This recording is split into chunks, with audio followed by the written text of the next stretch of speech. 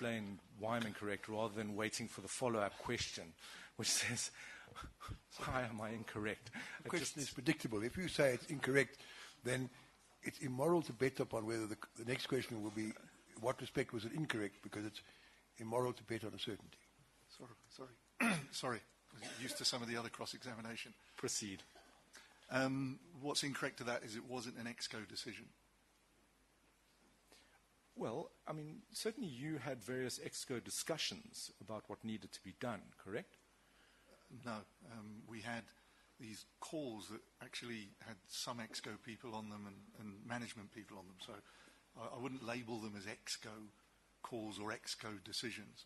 They were simply ad hoc calls with people on them who were involved or who had an interest. Mr. Jamison, you, in your statement, refer expressly to EXCO having agreed to task you to do various things. Yes, that was an agreement by EXCO. That is a decision, correct? The EXCO members on the call, I think, is a better description of it. Yeah, but that's again, that's a bit of a Jesuitical distinction, isn't it? I mean, if all the members of EXCO in the course of a conference call agreed on something, then even though it wasn't formally recorded anywhere, and even though it wasn't a formal EXCO meeting, it was effectively a decision of EXCO, wasn't it? If they all agreed, and it was accepted that the matter was going to proceed on the basis of what they'd agreed would be done. So it's the equivalent of an EXCO decision, isn't it? The two executive directors weren't on the call. There were some people missing and there were some stand-ins. That's really the only distinction I'm making. There was additional people. But I won't split hairs on it if you want to put it that way. That's fine. I'm going to try to take the point later that wasn't a valid decision binding on Lonman because it wasn't the EXCO that so decided. They wouldn't get anywhere, would they? I doubt it. I don't know. And the point was that what EXCO members, let's put it as low as that, what they wanted was a massive police or army presence on the mine, correct? Yes. You were tasked with securing or writing various emails inter alia to the DG in order to make that proposal, correct? Only to the DG. Your objective was to ensure, as you put it, a massive police and possibly army presence in order to stop us having a repeat of recent past experiences on nearby, and then I assume you mean mines. Yes, that's correct. So that's correct. Impala and Aquarius. And after discussions with various EXCO members, you made a very similar proposal to the Minister of Minerals and Energy, Ms. Shabangu, correct? That's correct, and it was a sort of promise from the email to the DG that we'd follow up the next day with, a bit more detail, a bit more accurate reflection of what had happened. The objective of your letter to the minister was in order to persuade her that what was necessary was for the state to bring, as you put it, its might to bear on this crucial sector of the economy, using resources at its disposal to resolutely bring the situation under control, correct? Correct. That letter was written in the morning of the 13th, or the afternoon of the 13th of August, 2012. Correct. By the 14th of August, it would be correct to say that those objectives of having a massive police presence on the mine had largely been accomplished, correct? Yes. It then seems to us that the objectives of various members of the EXCO changed. And they must have changed in the late afternoon of the 14th of August, because we see the objective being reflected in emails and conversations that were recorded very shortly after that period, after the afternoon of August the 14th. And I'm referring here inter alia to a discussion that your colleague, Mr. Barnard Mokoena, had with the provincial commissioner in the evening of the 14th of August. I don't want to take you I think there. I think you'll find it was about 2:30 in the afternoon, actually. You may remember, well, you were here yesterday. When I examined the National Commissioner, I put to her that she'd had a telephone conversation with the Provincial Commissioner while she was with Mr. Mokoena. In fact, her side of the conversation is recorded in the transcript. And we traced that call to the from a list, an exhibit which gives all the phone calls of the National Commissioner on that afternoon to, I think it was 2:38 in the afternoon. So that enables us, with more or less precision, to fix at what time that conversation took place. Thank you, Chair. I'm indebted, and so I must adjust my times slightly. Just to back up a little, by the 14th of August, the objective of having a massive police presence on the mine had been accomplished. Correct? Yes, and that was, if you go back to your purpose, I'd suggest that had occurred because of the death of the police on the Monday. That was the main thing that accelerated it.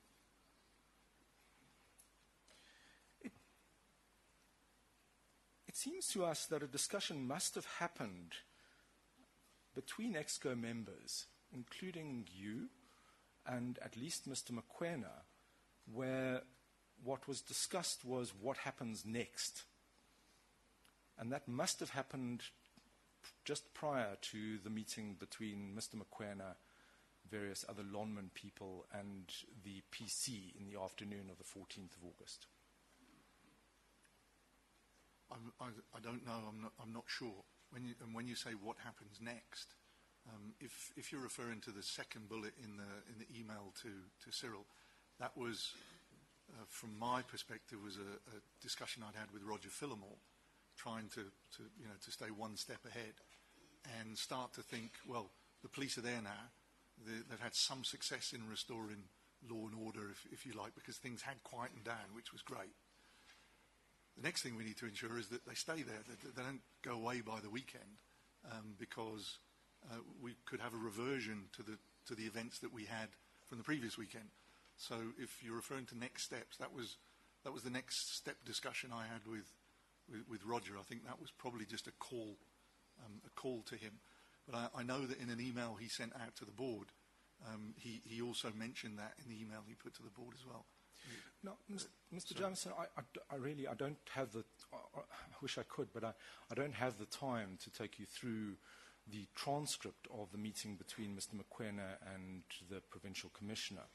I have no doubt that will be dealt with in depth with Mr. Mokoena himself. But we do want to note, just at this point, that this what happens next decision seems to be reflective in the statements that he is making to the Provincial Commissioner as well.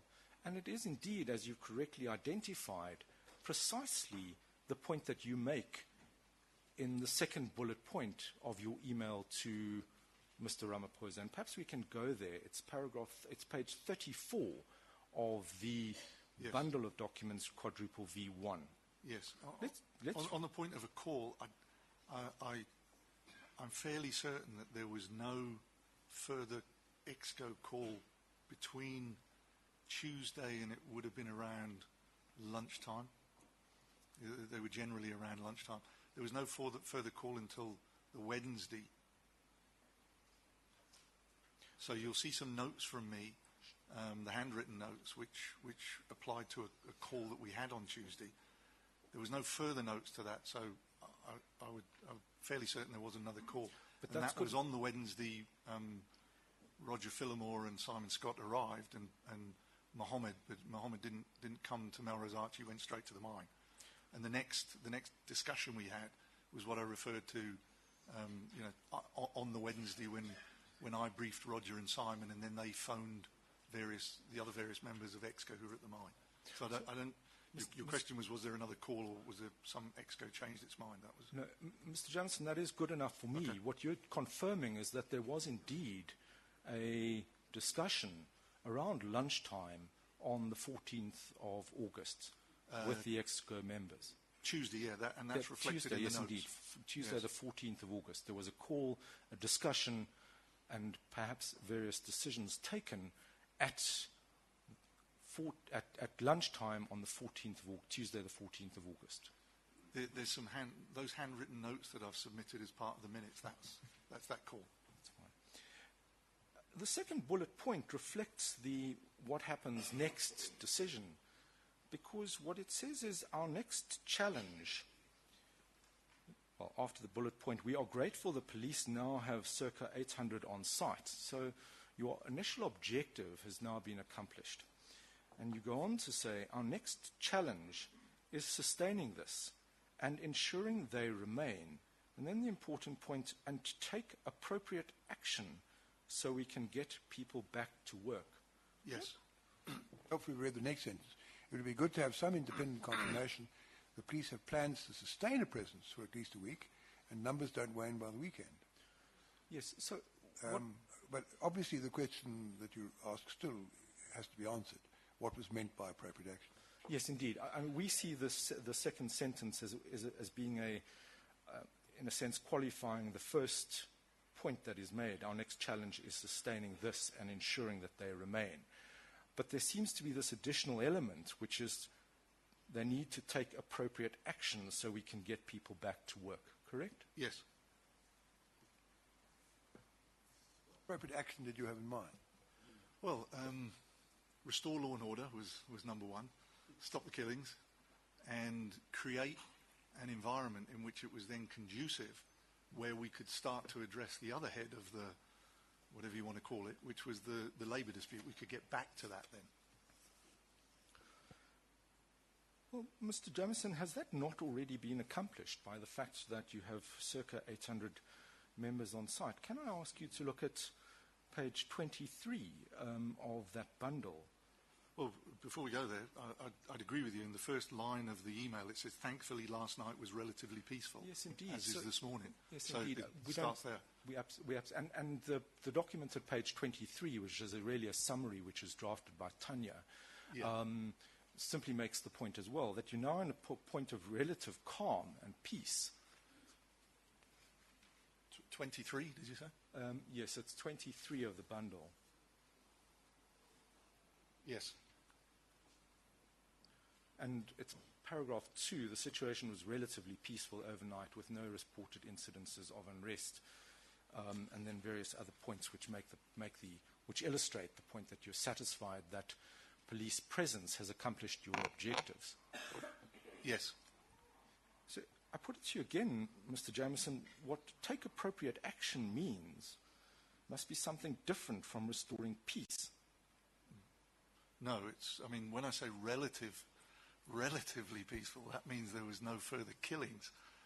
There were still elements of intimidation and what have you going on. And therefore, they had to sort of flood the area and make sure that that was sustained and continued. So I wouldn't, when I say it was relatively peaceful, I would put it in the context that we'd had 10 people in the morgue. The second line of that email talks about the people at East Platts, I think it is. I haven't got it in front of me. Yes. Who wanted to go back to work, but would only go back to work, could only reasonably be expected to go back to work, if there was adequate protection. I think I'm correct in saying, am I not, that Mr. Langer worked at East Platts? Am I right? Is that right? I don't know, Mr. Chairman. Is that right? Yes. Yes. Mr. Langer on the Monday morning had been on his way to work to East Platts, and he was murdered, viciously murdered, 3 o'clock in the morning. So I could understand NUM people who are happy to go to work at East Platts. We'll go, but we're not going to go if there's any chance that we'll go down the same route that Mr. Langer did and suffer the same fate. So some kind of action would have been required, which would have been appropriate, I would assume, to make sure that people at East Platts who want to work can go to work and come back from work without suffering the fate of Mr. Langer. Is that the kind of thing you had in mind? Yes, Mr. Chairman. You remember also my explanation from the handwritten notes that Mark Monroe had said, if we can just get Eastern Platts, for instance, secured, and we can get some police presence there, and we talked about the bus stops, and perhaps we could get a shaft or two going there. That was it yesterday, I think. Mr. Jamison, I would like to put to you that what you mean by appropriate action so we can get people back to work is that SABC takes some pointed action that will effectively break the strike. That is what you meant by taking appropriate action so we can get people back to work. No, that's not correct. It's far from the truth. You see, isn't that at least partly correct, what Mr. Gotts puts to you? The people who were from East Platts who wanted to work but were afraid that they'd be killed if they tried to go to work, they were, as it were, participating in the strike, albeit passively and unwillingly. Is that right?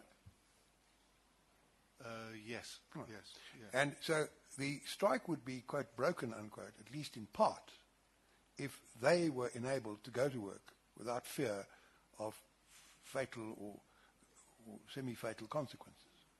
And that is something that you would have achieved if the police had been able to restore an order to the extent that it would be safe for those people to go to work. It wouldn't have been a total breaking of the strike, because those who were voluntarily participating in the strike, who didn't need any intimidation to do so, would have continued striking. So the strike would have continued to that extent. But that part of the strike which was involuntary would presumably have been brought to an end.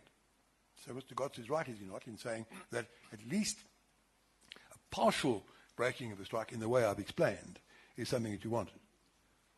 Well, in the letter to the Minister on the Monday, I think the way that we reflected it was that it's every citizen's right to go into work as they choose.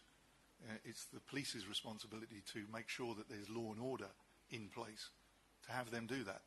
So while you say, you know, particularly Eastern Platinum, the distinction I draw is it should be anyone, anywhere, any citizen who wants to come to work should be free to do so. Yeah, well, even foreign people as well, like people in Lesotho and elsewhere, who weren't citizens would also be covered by that. Yeah. But the point is, you see, there are various ways the police could break the strike, use that word, in quotation marks. They could break it simply by creating a safe environment for those who wanted to go back to work. They could also have gone further, of course. It wouldn't have been appropriate, it would have been singularly inappropriate. But they could have also broken the strike by, as it were, forcing even the willing strikers to go back to work. Is that what you had in mind as well? No, I had the former in mind, which is, and that goes back to the letter to the Minister. It really echoed that. And again, don't forget that, I won't say the real reason, but a reason in this email was, please, Mr. Ramaphosa, can you put pressure on the Minister to talk to us? If she'd have talked to us, we'd have referred to the letter, and it was the letter I referred to with the DG in the conversation with him on the Tuesday, and said, we need the Minister to get involved, because only through her involvement do we think that we'll get the relevant parties together who can resolve this on the labour dispute issue, not the violence issue. And not only for her to get involved, but to denounce the violence, which, you know, I was angry she didn't do, but also understand the drivers. What is going on here? Because, you know, it was clearly beyond us to understand the dynamics, the total dynamics of the situation. And only through someone in a position where you would think that she would have some influence to get the relevant parties together would we get to the bottom of this. Mr. Jamison, there are two indications that you're quite wrong and that you did understand and you indeed meant when you said take appropriate action so we can get people back to work, that you meant that SABC should take some pointed action which would have the consequence of breaking the strike. And I'd like you to first of all refer you to page 24 of that bundle. This is an email that you write on the evening of the 14th of August 2012 at 6:23 p.m.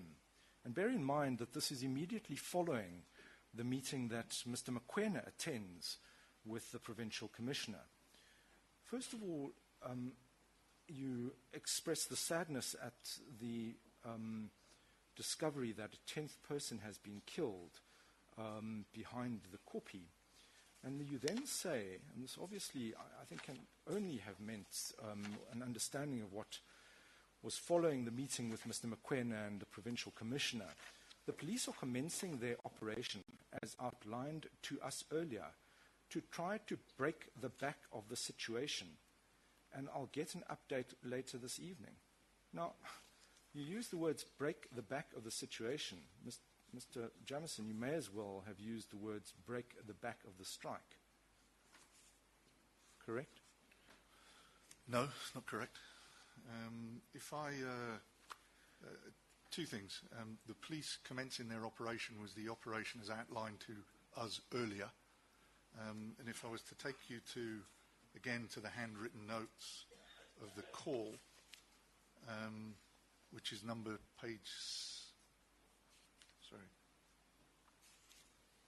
page 72. So this was on the Tuesday on the call. Mark had outlined what in essence was the police's plan, I think, here, you'll see. So it's the fourth bullet that says a strategy of overwhelming force, hard shell helicopters, Air Force, and take out enough officers to disarm everyone peacefully. So that was the description that was given on the call, and when I refer to the operation, it's that I'm referring to. And according to your timeline, the conversation with Mbombo happened after this? No, according to my time, well, yes. Right. I think that's the conversation between Provincial Commissioner Mbombo and Mr. Marikana took place according to what we ascertained yesterday with precision. It took place around about 2:38 p.m., early in the afternoon.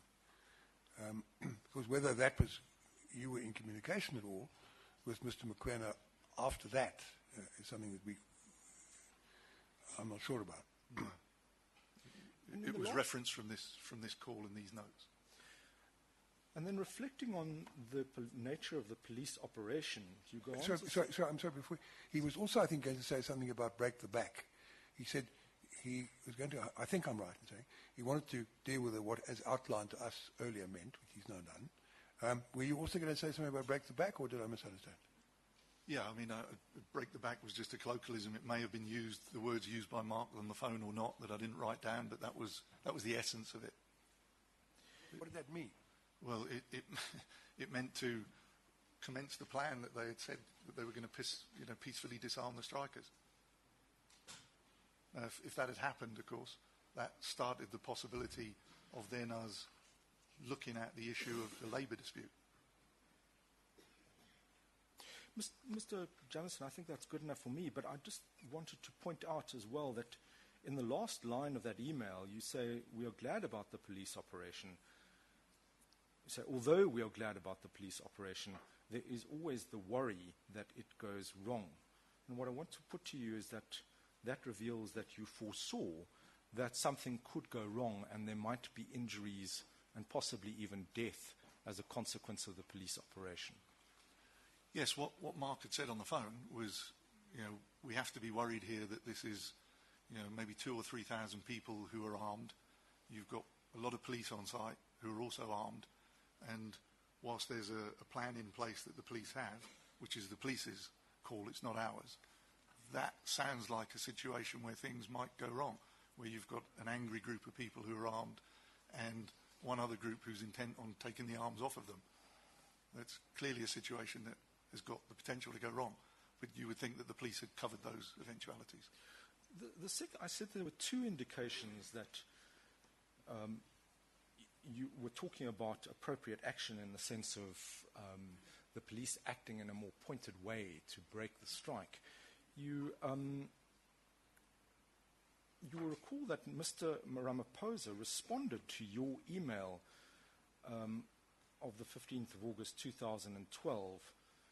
In the afternoon of the 15th of August, he wrote his response at 3:13 p.m., or a response on 3:13 p.m., and you'll find that at page 47 of the bundle of documents.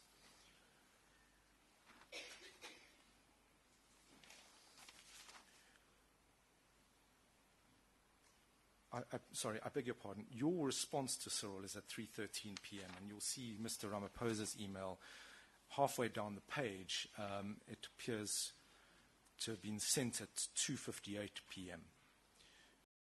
he said of the email that you write in the morning of the 15th of August. So one is really a response to your first bullet point. He says, she agrees that what we are going through is not a labor dispute, but a criminal act. She will correct her characterization of what we are going through. He then says in 2, and I think it's reasonably obvious that he's talking about your second bullet point, she is going into cabinet and will brief the president as well and get the Minister of Police, Nathi Mthethwa, to act in a more pointed way. Now, Mr. Jamison, we will certainly argue that when he says that Minister Shabango agrees that she will get Police Minister Nathi Mthethwa to act in a more pointed way, that is a direct response to your concern expressed in your earlier email that the police need to take appropriate action so that we can get people back to work. Would you agree with that? No, I wouldn't agree with that. And I wouldn't know because you'd have to talk to Mr. Ramaphosa. He also says that she will be in Johannesburg by 5 p.m. and would be able to speak to Roger, and that didn't happen either. And that's why I say it's, in fact, a response to your email, because you'll see just below your second bullet point that he's talking about trying to get the minister to talk to Roger. Yes. So what it says, let's keep the pressure on them to act correctly. So it doesn't seem to indicate any intention to get them to act incorrectly. But in the context, Mr. Jamison, what would acting in a more pointed way or more appropriate action be taken so we can get people back to work? What else can that mean but take action which would have the effect of breaking the strike? I don't know. I don't know what those words mean. And we will argue that if one has regard inter alia to the provincial commissioner's disclosures to the press on the morning of the 16th, very shortly after the 15th, she understood, she calls it a slip of the tongue, but she understood that what the operation was intended to do was to break the strike. Would you like to comment? I don't know how the witness can answer that. Can you answer that? I actually wasn't aware of the press conference. I No, mean, I only become after aware she of it made afterwards. a media statement at 9:30, where she said if arms aren't laid down, we're going to deal with the situation, dispose of it today. She then had an interview with ENCA, which is also before us in the form of the video clip. And in that, she used the expression, we're going to break the strike. She was questioned about that, and she said it was a slip of the tongue. She, however, also said she didn't do anything to correct it. But that's the point Mr. Gotts is making. But I don't know whether you A, were aware of it, and B, whether, even if you were, whether you can throw any further light on it.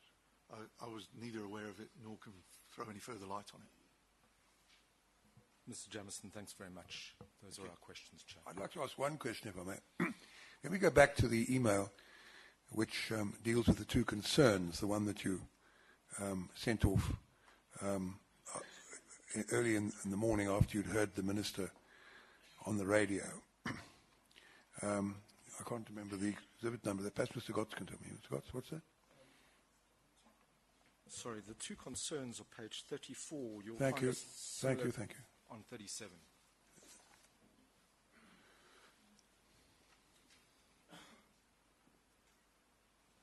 Now, you see, you talk about two areas of concern. The second one is that you want to make sure that the police sustain their presence and remain and take appropriate action. That's what you've been questioned about.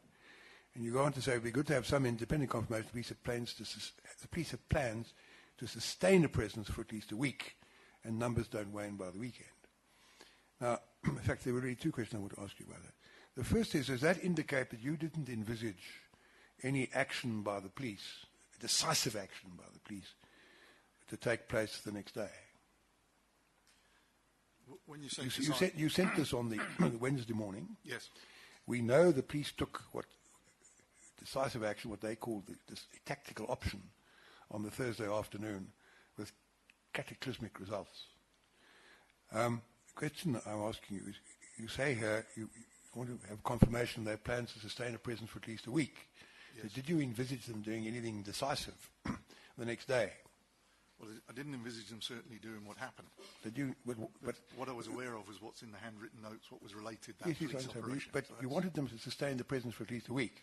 Yes, because, I mean, what we envisaged was happening, what I envisaged was happening, was that they'd come on site, restore law and order, but what you don't want is you don't want a reversion then to it by the weekend or thereafter. So you need a large, sustained presence. It's a 35-kilometre mine strike, Yes, strike I length, in understand. order to do that. Right. Yeah. Okay, thank you. Now, thank you. That's the first point. Second point relates to the second area of concern is in the first bullet. You were concerned about what the minister had said. That's Minister Shibangu. Yes. This was a wage dispute. Management union should sit down. You've explained that. You did say it wasn't too damaging, but also wasn't too helpful. Did you fear that her remarks and her, quote, characterization, unquote, might cause the police to reduce the numbers on the site and not to sustain their presence in the way in which it was on that day? Yes, most certainly, because she didn't condemn the violence and she didn't refer to it, not in the bit that I had. So when, as I said, this point at that time was passé. The police were on site. They'd started to have an effect. We wanted them to stay on site maybe for weeks because we had in mind the Impala disturbance, and that went on for 6 weeks. So her being is not too helpful when she doesn't refer to that in the mind of, well, it's now fixed, or there's no condemnation of that. So most certainly, yeah, that was not helpful. It was also not helpful for her to not condemn the violence. But the real point I'm asking you, did you think, or did you fear, that her remarks might have encouraged the police to slacken their activities and remove some of their people and no longer, quote, sustain their presence, unquote? Yes, but I mean, it was that plus the fact that she hadn't condemned the violence, and you don't want to put it into the minds of people that this is just a labour dispute. That was the two things. Yes, I understand. Thank you. Mr. Berger, I understand you were going to take responsibility for the re-examination of the witness, if any. Yes, I only have one question arising from what happened in the last half an hour. Mr. Jamieson, will you go to page 24 of your bundle, please? Yes. That's your email to the members of the EXCO of the 14th of August 2012 at about 6:20 that afternoon. And if I read with you the second sentence, you say the police are commencing their operation as outlined to us earlier to try to break the back of the situation, and I'll get an update later this evening. You've explained to us where you get the as outlined to us earlier from. What I want to ask you is, we know now that on that afternoon at about 2:38, there was a discussion between Mr. Barnett Mokoena and General Mbombo. Did you know about that discussion at the time when you wrote this email? No. Thank you. That's all, Chair. Thank you. And do you want me to excuse the witness? Yes, we do not have an objection. We don't need to ask any further questions. Mr. Jamieson, you'll be excused from further attendance. If it's necessary for us to get you back, I think it's most unlikely, but if it's necessary for us to get you back, will you undertake to come back without our having to serve a subpoena on you? Yes, certainly. Thank you. On that basis, you're excused. Thank you. Do you adjourn, or are you just going to call your next witness? We're ready to proceed, Chair. Chair, the next witness is Mr. Mohammed Sidat, and while he goes to the witness box, may I explain the paper to you? He is going to speak both to Phase 1 and to Phase 2, but because he's giving evidence on Phase 2, that generated a lot of paper. And having discussed it with my colleague, Ms. Pillay, we propose to lead him on Phase 2 out of 5 leverage files. I've asked my attorney to make available to each of the members of your commission hard copies of this in the course of tonight or tomorrow morning, but they'll be available on the screen. I intend to lead him out of the hard copy. That's just a function of my age, and I've agreed with my learned friend that we'll call this the Phase 2 series, which is quadruple S. And if we may have as quadruple S1 a small document which is headed in the Marikana Commission of Inquiry documents, Mohammed Sidat, Theme 1. It's a file of paper running to some 77 pages. As the second exhibit, it will be exhibit quadruple S, and that will have volumes 1 to 5. This would have the files that I'll be referred to.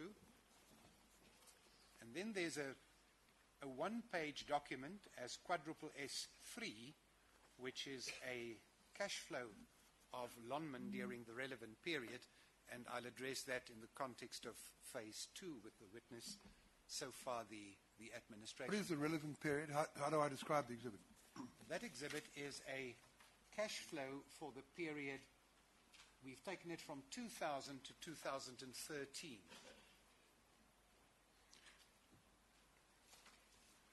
Any other exhibits? Not at So this stage. let me just read that back to you to make sure I got it right. Quadruple S1, I've written down as, quote, Mohammed Sidat, colon, scene 1, close quote. Theme 1. Theme. This is what I read out to you. Theme 1, close quotes. Quadruple Chair, S2. apologies, it's Phase 1. Oh, it's phase 1. Well, third time lucky. Stage 1. Mohammed Sidat, phase 1, close quotes. Quadruple 2 is volumes 1 to 5, and quadruple S3 is cash flow of Lonmin during period 2000 to 2013. Thank you, sir. You may want to swear the witness. Would you stand, please, Mr. Sidat? Are you prepared to take the oath, or do you, would you prefer to make an affirmation? How do I swear, Muslim? Do you you swear the evidence you'll give you swear the evidence you'll give before this commission will be the truth, the whole truth, and nothing but the truth? Would you raise your right hand and say, I swear? Do you say, I swear by Almighty God or Allah, or how do you do it? God. So help me God. Thank you. You may be seated. Mr. Sidat, can I start off with referring you to your witness statement, which we now file in quadruple S1 from page 1 onward. It's been filed in different places, but perhaps it's convenient to consider it here. Sorry, Chairman, which file number? That is quadruple S1. It's on the overhead there, and you Fine, may not I'll have use it in a hard That's copy. fine. That's If fine. you follow this one on your screen, It's page 1, I gather, of that file. it's page 1 of quadruple S1. We've had it before, but for convenience, we have them all under one roof, or actually 5 roofs. What is your relationship today with Lonmin, if any, Mr. Sidat? Currently, I still have a consultancy contract with Lonmin where I reserve 3 days a month for work with them, and I chair the WPL, the subsidiaries, local subsidiaries, WPL, EPL, and Akanani. You're a qualified electrical engineer, and you've been in mining for a very long time. That's right. I've been in mining all my working life in excess of 34 years. I want to pick up your statement in paragraph 2.2, where you explain to us that you were the Lonmin Chief Operating Officer from the 1st of September 2007 to 31st of December 2010. Where did you come from when you arrived there on the 1st of September 2007? My previous employer was BHP Billiton. I was the head of the energy coal group in that company. And in that capacity as Chief Operating Officer during that period, did Mr. Barnard McQuena report to you? That's correct. How did it come that you stood down at the end of December 2010? In October 2008, we had the stock market crash. The platinum price had dropped to around $800 an ounce from being around $2,000, $2,200 an ounce. Lonmin was placed in a very difficult financial position. We then had to look at how we could contain costs, how we could ensure the survivability of the company from a financial perspective. And one of the items that came out of this exercise, we called it the R&R exercise, which is reorganize and restructure, was that the CEO, who was located at that time in London primarily, and the CFO, would relocate to South Africa, and we would minimize the size of the London office. I think it was around 35 people prior to this exercise, and we were going to reduce that down to about 6 people, mainly company secretarial. And the view was, the moment the CEO located himself to South Africa, it made the job of the COO redundant.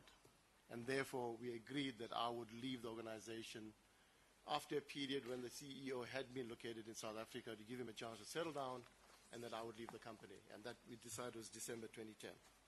You came back into a Lonman senior position during the time of the tragedy. Perhaps you can just explain to us how that happened, around about the 11th of August, 2010.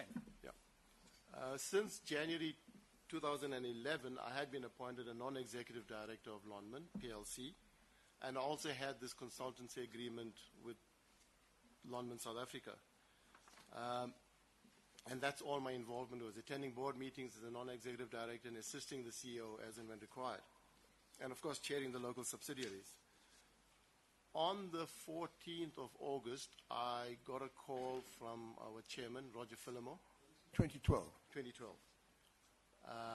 I had relocated to Durban, so he called me in Durban and informed me that our CEO, Ian Farmer, had taken very ill. I had heard on the news the events at Lonman in terms of the security guards who'd been killed. And he said, we have a very difficult situation developing. We are short of staff. Ian's not well. Simon was on holiday. And he needed more resources to help the management team locally, and asked whether I wouldn't come up to Johannesburg and assist, and I willingly agreed to do that. I want to go back to that period since your semi-retrenchment and you being called back into active service, and you address that in paragraph 2.4. You say, in that interim period, you've been a member of the Safety and Sustainability and Transformation Committee. That is correct. I was a member of the main board, and I was also of the main board. EXCO until 2010. That's right. In January 2011, I relinquished that position. But in that interim period, you're no longer involved in Lonman's operational matters, you tell us in 2.5, but you chaired the local stakeholders forum, which met quarterly. What was that stakeholders forum, and who were the members of that forum? We recognized some time before the 2010 that we needed to engage more regularly with our key stakeholders. And one of the key stakeholders were the various unions at Lonman.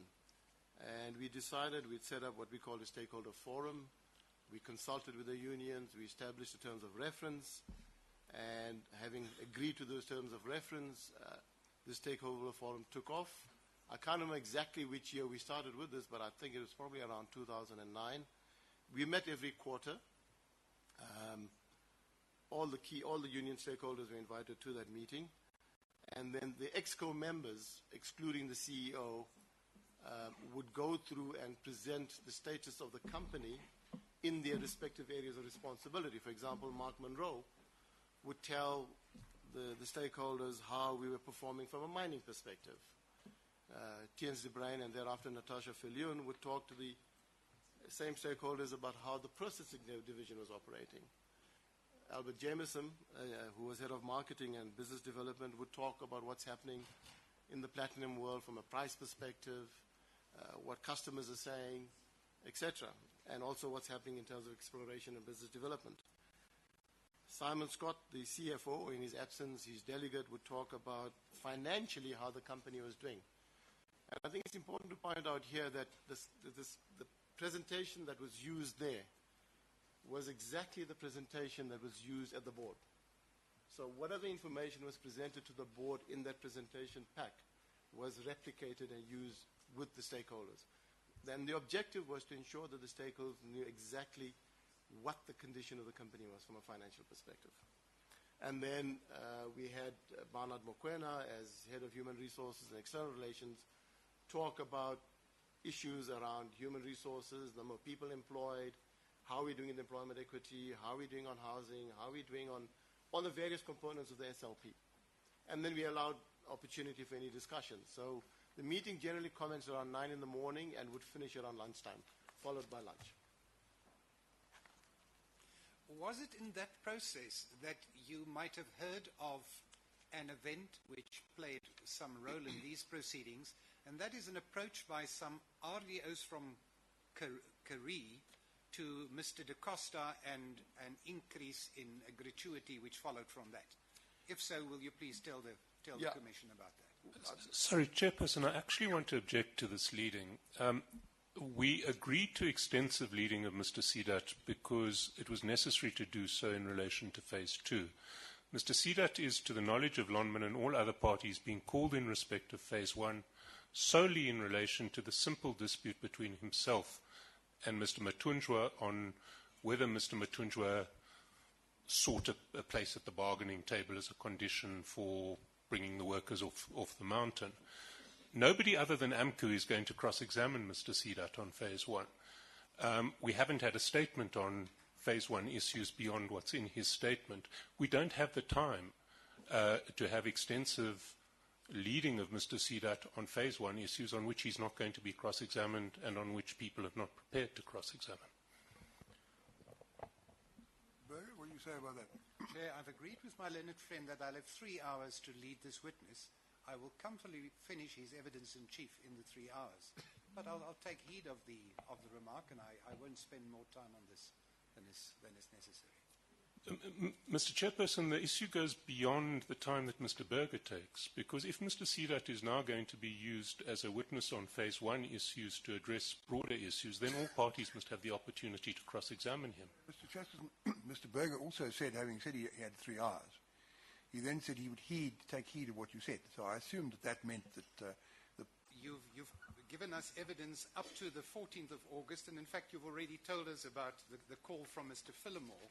Can I then take you to the events of the 16th of August? You've told us what happened on the 15th. We can read that in your statement. And in this little bundle at page 4, in paragraph 1 is how that happened and what transpired during that meeting. Yeah, I arrived in Johannesburg on the 15th as per Mr. Phillimore's request. We met at Melrose Arch. We got an update from Albert. And then we agreed we would travel to the mine on the morning of the 16th and meet with the management team there together. And I went straight to the main admin building at LPD. I still have my access card, so I got straight through the access control. And as I stepped into the reception area, I noticed Joseph and a few other people sitting on the lounge suites at reception for the South African coal operations. And he recognized me. He stood up. He greeted me, and I greeted him back. And he inquired from me, what am I doing here? And I said, Joseph, what are you doing here, in a joking way? And I explained to him why I was there. I was a non-executive director of Lonman. I was asked by the chairman to come and assist. And it's in that capacity that I've come now to assist. We were talking a bit loudly, and there was the press conference with the police that was going on behind us in the Hossie boardroom. So somebody asked us to shush and keep quiet, and we didn't move to a corridor that leads off the reception area, and we continued a conversation there. We exchanged cell phone numbers. Joseph took my number, and I took his number down. And in the process of the conversation, he said words to the effect that, give me a place at the negotiating table and I'll get the workers off the mountain, or the copy. And I explained to him that, look, it's not, I can't make any decisions like that. I'm a non-executive director. I will take his message to the management team that I was going to see just now. But I did explain to him, based on my knowledge of the industrial relations at Lonman, that there were agreements in place with the unions that we had to honor. So whatever we did, we had to do within that structure in terms of giving him a place at the negotiating table. And I left it at that. He went back to sit, and I went off to it's called the mining boardroom, where I met most of the EXCO members. Albert was there, I think. by that time, as well as Roger, Simon. If I recall correctly, Barnard was there, Jomo was there, and as well as AB. I may be wrong with some of the people who may present, but generally that group was there. And I conveyed Joseph's message to them, and I left it to them to then give a response back to Joseph, because as a non-executive director, I don't want to get involved in executive duties of the company, and that's why I left it. Can I ask you now to go to quadruple S2 and volume 3 of that for the report by Dr. Forrest, and page 1367 of that bundle.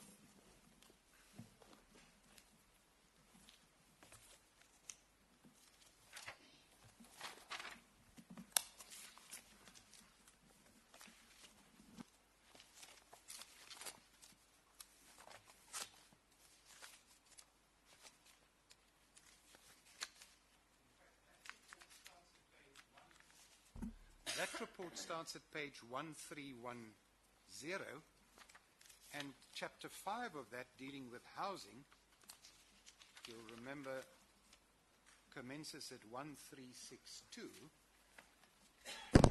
And on page 1367 we have a table, and as I understand it, this addresses the dividends paid by Lonmin over a certain period of time, the housing budget over that period of time, and a conclusion sought to be drawn from the analysis, which we find at page 1367.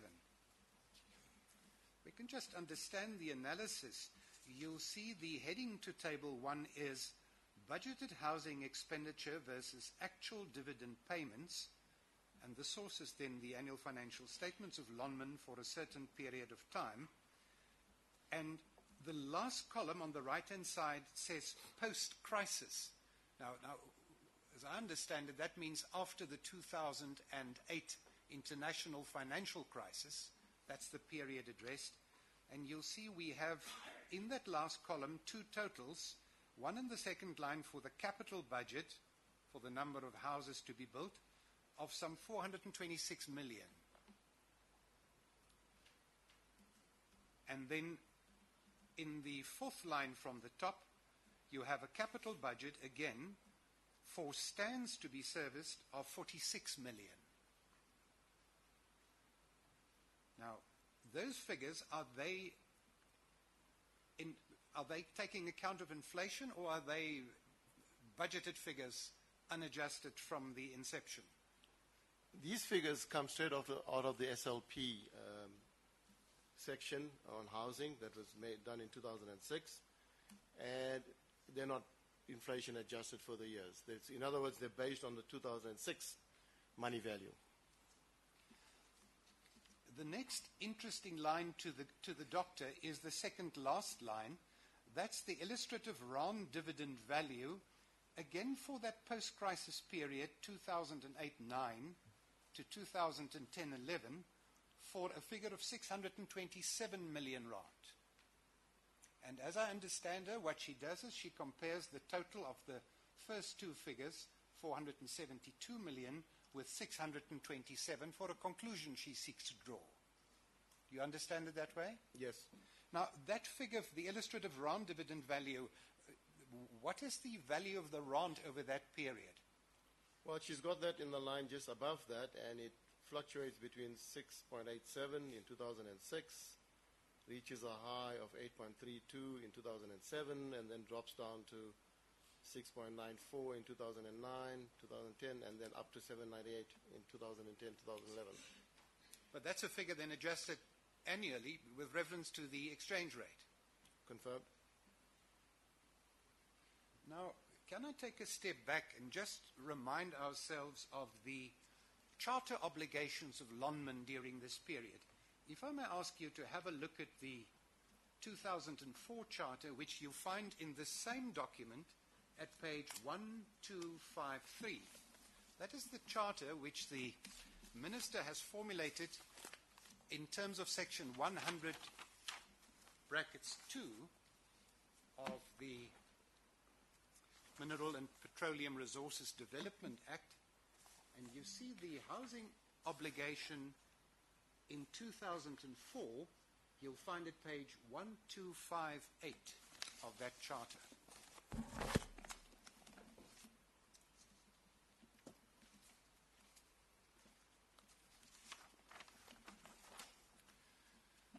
Leading up to that, if you have your finger there, we'll see where it starts at page 1253, that this is published on the 13th of August 2004, and the introduction explained to us the purpose of the charter, its place in the transfer from old order rights to new order rights. There's reference to a scorecard, and the stakeholders have to seek to achieve that scorecard. And there are various subjects addressed here. At 1258, we have that list, and we see included in this debate is a debate on human resource development. Over the page 1259, employment equity, migrant labor, mine community and rural development, and then we come to housing and living conditions. And we see in 2004, these are the obligations under the Charter. Shareholders, in consultation with Mine Health and Safety Council, Department of Housing and Organised Labour, undertake to establish measures for improving the standard of housing, including the upgrading of hostels, conversion of hostel to family units, and the promotion of home ownership options for mine employees. And establish measures for improving of nutrition of mine employees. Did you understand it like that at the time when you joined? Confirmed. And 4.7, ownership and joint venture. How important was ownership and joint ventures from Lonmans' perspective, pursuant to the publication of the 2004 Charter? Well, clearly it is quite important, and the challenge of achieving that was obviously a huge one, and a lot of effort went into ensuring that we can achieve that objective as set out in the Charter. Then we know that that Charter is rewritten in 2010. And in that same bundle at page 1265, we find the 13 September 2010 amended Charter.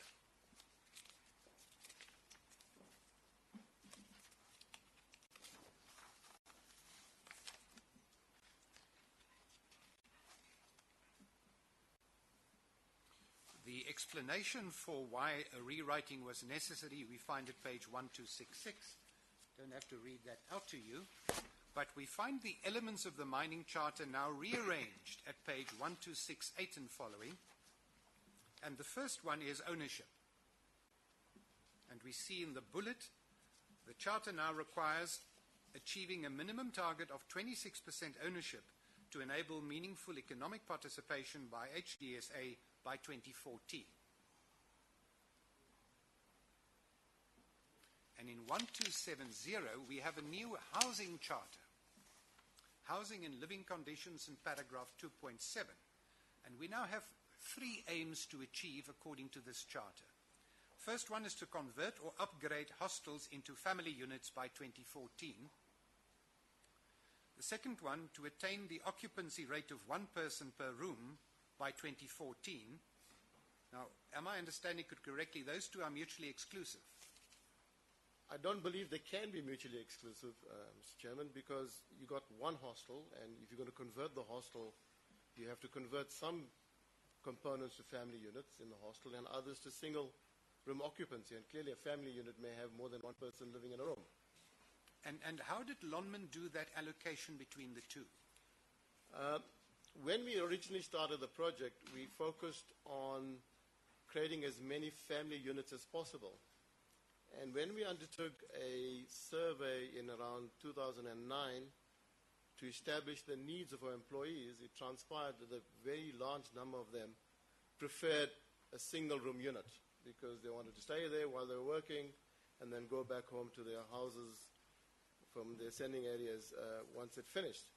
So we changed our philosophy and focused on building more single room units as we progressed with the hostel conversion and fewer family units. that then the charter, we've looked at BEE. Can I ask you to turn to bundle 5 of quadruple S2 at page 2004, so that we can just consider the BEE component of Lonman during the relevant period. 5, page 2004.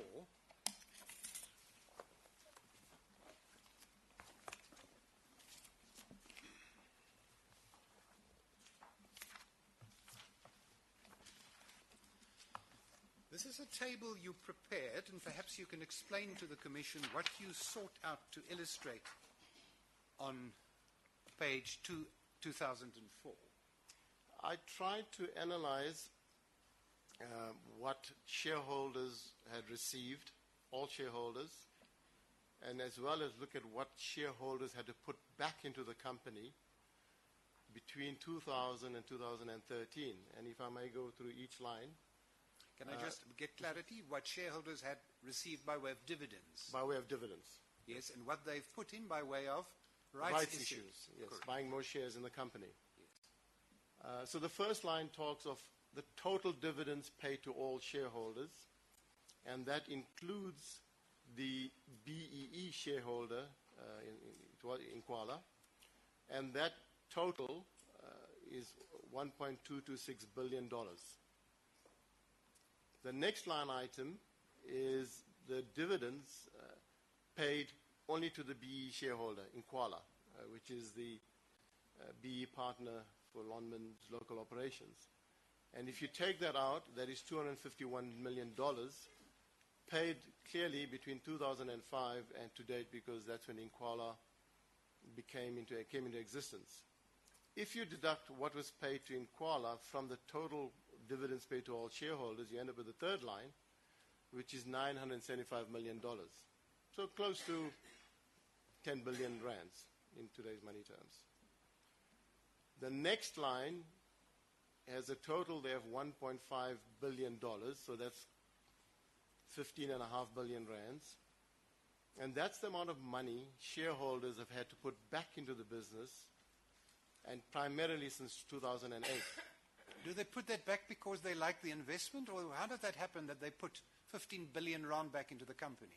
Well, I think anybody who's a shareholder holds shares on the stock exchange, you would buy additional shares based on your assumptions about what return you're going to get going forward. And you would base that on historical performance, which is the dividends you received historically from the company. And based on that, your level of confidence will dictate whether you're prepared to invest more money into this business. So clearly, shareholders thought Lonman was a good business and effectively gave back more money to the business than they actually got out of the business, whether you take it from 2000 or you take it from 2008, post-crisis, or 2006, which is the last line that I have, that between 2006 and 2013, shareholders received around $400 million, let's say 4 billion rands, but they had actually put into the business since 2006 15 billion rands. So net shareholders effectively have sponsored Lonman by an additional 11 billion rands since 2006. I want to ask you why it was necessary, if it was necessary, to pay a dividend to the BEE shareholder. But pending that question, and if you turn over to 2005, will you tell the Commission about Shanduka and Inquala Resources as the BEE partners and how that financing worked? Is this going to be a longish answer? Because if Yes, it it is going to be a if long it is, it might be appropriate to take the tea German now. But I'm in your hands. You must tell me. No, it's a convenient time. We'll adjourn for 15 minutes.